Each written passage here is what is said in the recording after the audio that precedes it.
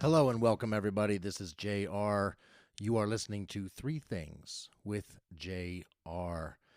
This is episode number 12. Thing number 12.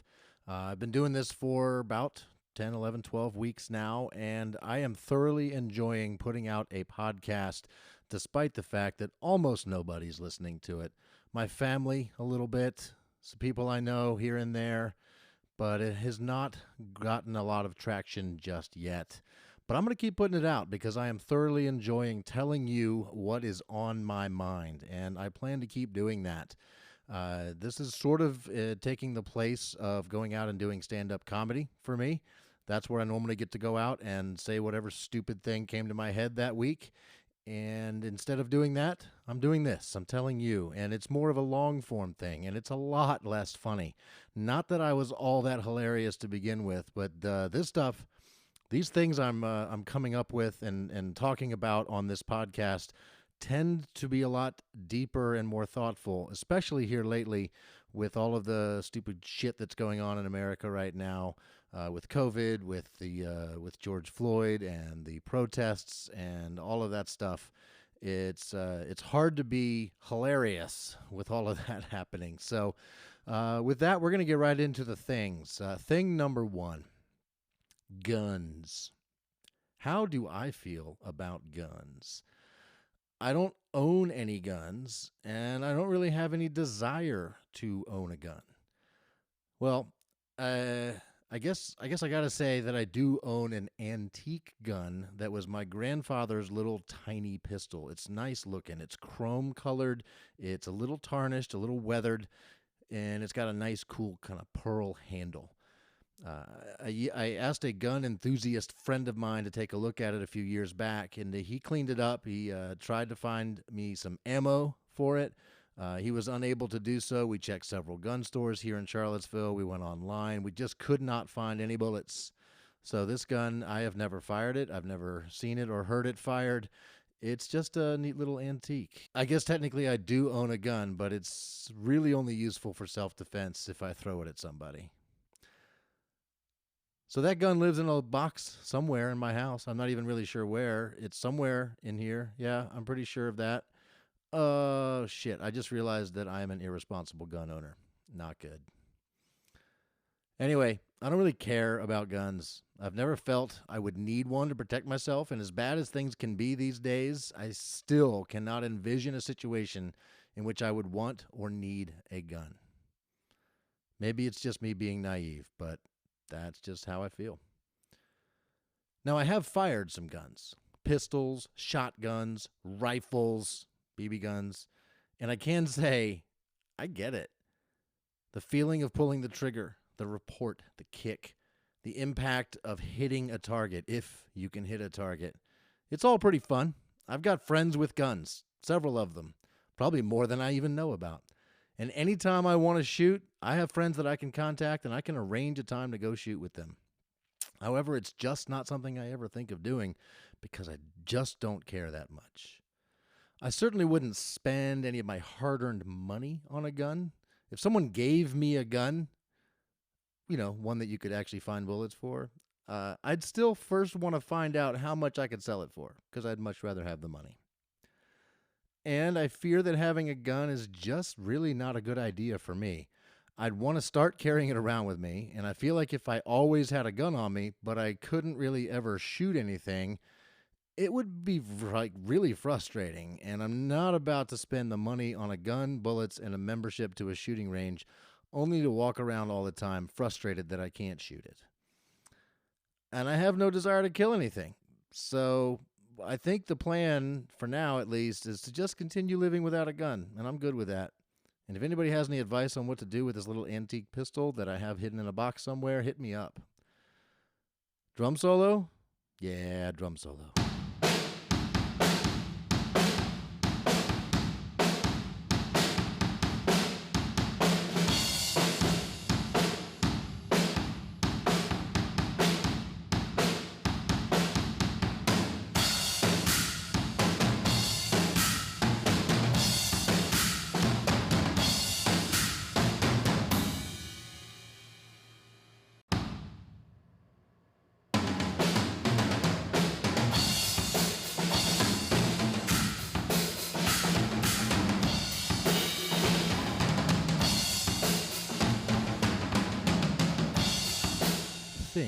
number 2.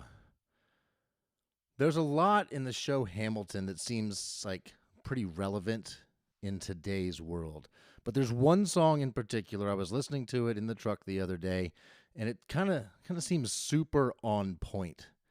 And as I record this, there is still quite a bit of unrest around America, mainly coming from the George Floyd murder, but it's really more than that. Racism, police brutality, the worst possible leader in this time of crisis. In fact, he may be a major cause of the unrest, and a government that seems extremely out of touch with average Americans.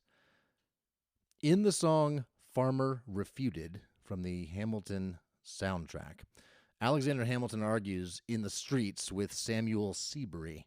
Samuel Seabury was talking up the British and how great they were. He called the rebels names and tried to convince anyone who would listen that the rebels, quote, have not your interest at heart. He tried hard to quell the impending violence that would be the American Revolution. Another quote, chaos and bloodshed are not a solution, he said. But in the end, they were a solution, one that resulted in the independence of our nation. If Britain would have just listened and honored America's independence when it was declared, chaos and bloodshed could have been avoided. But that really wasn't in the plans for Britain, and so an all-out war is what followed. And throughout the song, Hamilton argues with Seabury and tells it like it is. He insults Seabury. He speaks out on behalf of the Americans that threw tea into the Boston Harbor. Quote, look at the cost and all that we've lost, and you talk about Congress. As I read through the lyrics, I feel like Samuel Seabury is the Fox News of his day. He's standing on a pedestal yelling at the masses. In reality, he was writing this stuff in newspapers, and Hamilton was arguing with him also in newspapers. So really, Samuel Seabury was like the Fox News of his day, spewing propaganda in favor of a government and a dictator that in reality did not have our interests at heart. Who is going to be the Hamilton of today? Speaking back against today's Samuel Seabury, Fox News and all the other Republican blowhards. Hopefully all of us that can see through the bullshit. That's who will be today's Alexander Hamilton. All of us. And when speaking back doesn't get the job done for racial equality and a better America, maybe we can look to that as the reason things have turned violent already. We should, quote, rather be divisive than indecisive. Drop the niceties. I'd play that song for you right here on this podcast, but I imagine the rights to play that song, from any song really, from Hamilton, probably is not cheap. And it's a good thing. You can go listen to it on whatever streaming service you prefer, and I recommend you do that, like right now. Well, maybe after Thing 3. And maybe try to draw some parallels between today's rebellion and our fight for American independence. All right, thing number 3. And thing number 3 is where we get stupid. I do a lot of things that are not exactly the most healthy things. I do smoke cigarettes, have for years. When I cannot smoke cigarettes, which is increasingly more of the time, I vape. And when I can't vape or smoke, I eat. Well, I actually eat even when I can smoke and vape. I live to eat, really. And drink, mainly soda.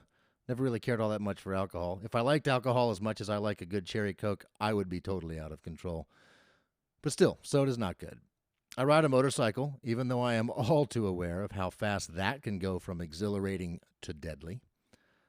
I don't get enough sleep. Man, there's just so many ways I'm destroying myself. And the biggest problem is that I love doing all of them.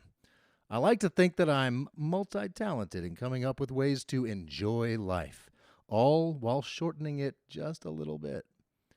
I would hate to do just one thing that was bad for me. No, I'm not that type.